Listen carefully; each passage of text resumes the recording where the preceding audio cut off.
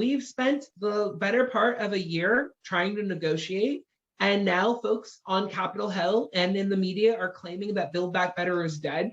So I kind of wanted to give you this space to really talk about, is it dead? What's the future? What's the hope for passing these vital climate legislations?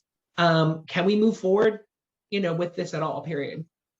Yeah, I think we can. It probably is it's a heavy lift, but I think it may take different forms. I mean, we may have executive orders that implement some of the provisions of the bill. The president does think, and Manchin hasn't been bad on these provisions, that he can get support for the energy and climate parts of the bill. I mean, he said that. And even Manchin hasn't ducked that as much as he ducked other provisions of the bill. We know here or there in my home state of California, the emergency is happening right now. Not 10, not 20 years from now. We've seen the worst wildfires in our history in the last few years. And we know they've been driven by climate change. Lives, homes, and entire communities have been lost.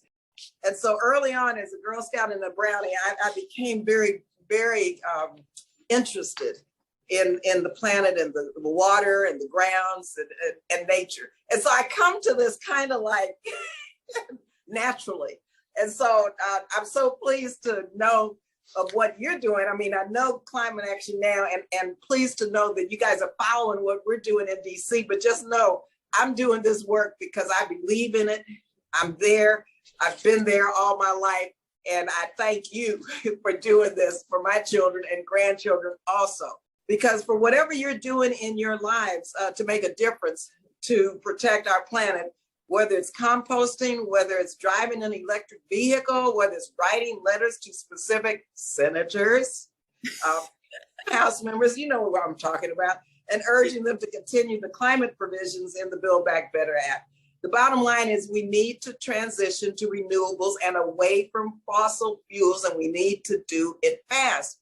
California is doing a good job leading the way, but this is truly a global problem. So it's hard to do incrementally by state. We need to make a drastic shift across the nation and the globe, and to do that, we also need federal action. And so Build Back Better was one way to do that, but it's not the only way. One way or another, we must continue those clean energy and climate change provisions, however we end up doing. Now, the provisions that we passed in the House in November included an unprecedented $555 billion for clean energy and climate measures to get to our goal of at least a 50% reduction in greenhouse gas emissions below 2005 levels by 2030. That represents the largest single effort by our country to address the climate emergency.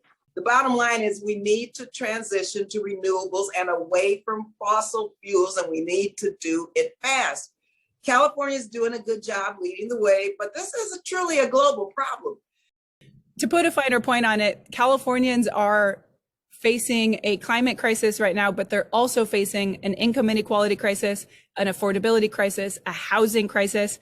But we know from the Congressmember's leadership in DC and so many thought leaders around the state that we can tackle climate and tackle the others head on, but we need to put communities at the center of the agenda going forward. And the budget really tries to do that.